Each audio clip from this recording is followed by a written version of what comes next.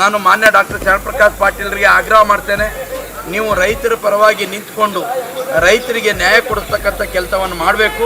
ಸತಾಯಿಸ್ತಾ ಇರ್ತಕ್ಕಂಥದ್ದನ್ನು ವಿರೋಧಿಸಿ ಇವತ್ತು ನಾವು ಹೋರಾಟ ಮಾಡಬೇಕಾದಂಥ ಸಂದರ್ಭ ಬಂದಿದೆ. ಇನ್ನುಳಿದಂಥ 90% ರೈತರಿಗೆ ಬರೀ 8 ಲಕ್ಷ ರೂಪಾಯಿ ಮುಟ್ಟಿದಾವೆ. ಇನ್ನು ರಿಮೈನಿಂಗ್ ಬ್ಯಾಲೆನ್ಸ್ 3,68,000 ರೂಪಾಯಿ ಪರ್ ಎಕರೆ ತಕ್ಷಣ ನಮ್ಮ ಕೋಡ್ಲಾ ಬ್ಯಾಂಕ್ನಲ್ಲಿ ಎಲ್ಲ ರೈತರಿಗೆ ಕೊಡಬೇಕಂತ ನಮ್ಮ ಆಗ್ರಹ.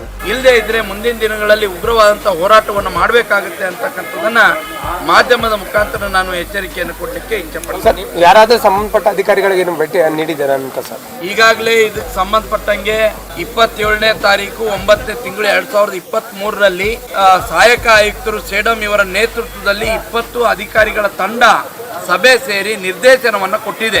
This video is sponsored by Mahalakshmi Jewelers, Manur Multispeciality Hospital, KBN University, Imran Silk House, Bharat Chicken, Alchemy Group of Institutions, and by Moria Restaurant.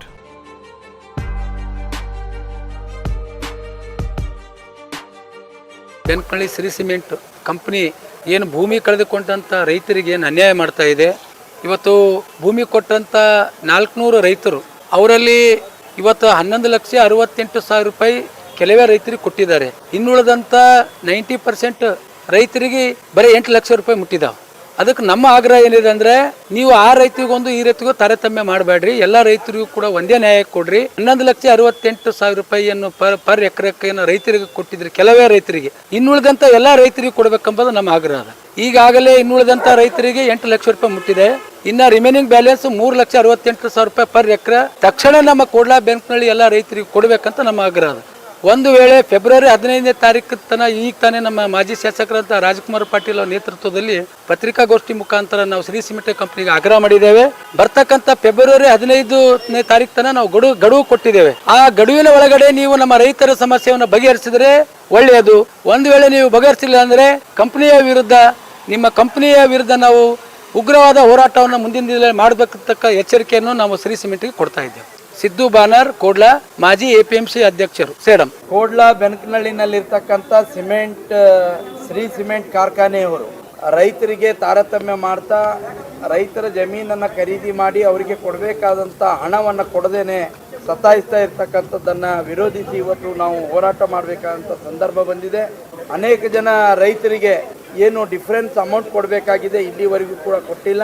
ನೂರಾರು ಜನರಿಗೆ ಉದ್ಯೋಗವನ್ನು ಕೊಡಬೇಕಾಗಿತ್ತು, ಉದ್ಯೋಗವನ್ನು ಕೊಡೋದ್ರಲ್ಲೂ ಕೂಡ ತಾರತಮ್ಯತೆಯನ್ನು ಮಾಡಿದ್ದಾರೆ, ವಂಚನೆಯನ್ನು ಮಾಡಿದ್ದಾರೆ. ಕಾನೂನನ್ನು ಉಲ್ಲಂಘಿಸಿ ಕಾರ್ಖಾನೆ ಅಲ್ಲಿ ವಾಯು ಮಾಲಿನ್ಯವನ್ನು ಕೂಡ ಮಾಡ್ತಾ ಇದೆ.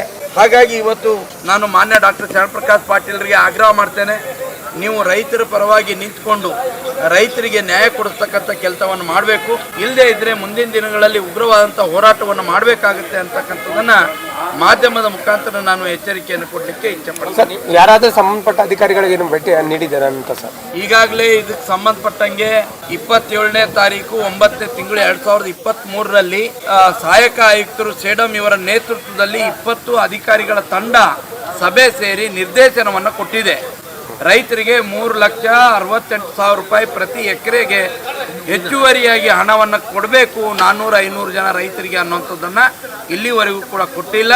ಮತ್ತು ಏನು ಸುತ್ತಮುತ್ತಲಿನ 8-10 ಹಳ್ಳಿ ಗ್ರಾಮದ ರೈತರಿಗೆ ಇವತ್ತು ಬೆಳೆ ಹಾನಿ ಆಗ್ತಾ ಇದೆ, ಆ ಬೆಳೆ ಹಾನಿಗೆ ಪರಿಹಾರವನ್ನು ಕೂಡ ಕೊಡಬೇಕು ಅಂತಕ್ಕಂಥದ್ದನ್ನು ಕೂಡ ಆ ಸಭೆಯಲ್ಲಿ ತೀರ್ಮಾನ ಆಗಿದೆ. ಆ ತೀರ್ಮಾನಕ್ಕೂ ಕೂಡ ಕಂಪನಿಯವರು ಕ್ಯಾರೆ ಅಂತ ಇಲ್ಲ ಅನ್ನುವಂಥದ್ದನ್ನು ನಮ್ಮ ಗಮನಕ್ಕೆ ಬಂದಿದೆ. ಹಾಗಾಗಿ ತಕ್ಷಣಕ್ಕೇನೆ ರೈತರಿಗೆ ಪರಿಹಾರ ಕೊಡ್ತಕ್ಕಂಥದ್ದಾಗಬೇಕು ಮತ್ತು ಜಮೀನು ಕಳ್ಕೊಂಡಿರುವಂಥ ರೈತರ ಮಕ್ಕಳಿಗೆ ಉದ್ಯೋಗವನ್ನು ಕೊಡ್ತಕ್ಕಂಥ ಕೆಲಸ ಆಗಬೇಕು. ಮತ್ತು ಏನು ವಾಯು ಮಾಲಿನ್ಯ ನಿರಂತರವಾಗಿ ಮಾಡ್ತಾ ಇದ್ದಾರೆ, ಅದಕ್ಕೆ ಕಡಿವಾಣ ಹಾಕಬೇಕು ಅಂತಕ್ಕಂಥದ್ದು ಕೂಡ ನಮ್ದು ಆಗ್ರಹ ಇದೆ. ಸರ್, ನಿಮ್ಮ ಅವಧಿಯಲ್ಲಿ ಇದೇ ಸಮಸ್ಯೆ ಕೂಡ ಇತ್ತು, ಅವಾಗ ನೀವು ಏನು ಕ್ರಮ ತಂದಿದ್ದೀರಾ? ನಾವು ಆವಾಗಲೂ ಕೂಡ ಅದರ ಬಗ್ಗೆ ಯಾವ್ಯಾವ ನಮ್ಮ ಗಮನಕ್ಕೆ ಬಂದಿದೆ ಅಧಿಕಾರಿಗಳ ಸಭೆ ಕರೆದು ಅದಕ್ಕೆಲ್ಲ ನಿರ್ದೇಶನವನ್ನು ಕೊಟ್ಟಿದ್ದೇವೆ. ಆದರೆ ರೈತರ ಜಮೀನಿಗೆ ತಾರತಮ್ಯ ಮಾಡಿದ್ದಾರೆ ಅನ್ನುವಂಥದ್ದು ನಮಗೆ ಈಗ ಗಮನಕ್ಕೆ ಬಂದಿದೆ. ಸುಮಾರು 3,68,000 ರೂಪಾಯಿ ವ್ಯತ್ಯಾಸವನ್ನು ಮಾಡಿದ್ದಾರೆ ಅಂತಕ್ಕಂಥದ್ದು. ಹಾಗಾಗಿ ಕೆಲವು ರೈತರಿಗೆ ಮಾತ್ರ ಹಣ ಕೊಟ್ಟು ಇನ್ನುಳಿದ ರೈತರಿಗೆ ಕೊಡದೇ ಇರ್ತಕ್ಕಂಥದ್ದು ಇದು ಅನ್ಯಾಯ ಆಗಿದೆ ಅಂತಕ್ಕಂಥದ್ದು ಗಮನಕ್ಕೆ ಬಂದಿದೆ. ಹಾಗಾಗಿ ಆ ಎಲ್ಲ ರೈತರ ಪರವಾಗಿ ಹೋರಾಟ ಮಾಡ್ತಕ್ಕಂಥ ತೀರ್ಮಾನವನ್ನು ಫೆಬ್ರವರಿ 15ನೇ ತಾರೀಕಿನ ಒಳಗಾಗಿ ಇವರು ತೀರ್ಮಾನವನ್ನು ತಗೊಳ್ಳದೇ ಇದ್ದಾರೆ, ಅವರಿಗೆ ನ್ಯಾಯ ಸಿಗದೇ ಇದ್ರೆ, ನ್ಯಾಯ ದೊರಕಿಸುವಲ್ಲಿ ಸರ್ಕಾರ ವಿಫಲ ಆದರೆ ನಾವು ಹೋರಾಟವನ್ನು ಮಾಡ್ತೇವೆ. This video is sponsored by Mahalakshmi Jewelers, Manur Multispeciality Hospital, KBN University, Imran Silk House, Bharat Chicken, Archery Group of Institutions, and by Moria Restaurant.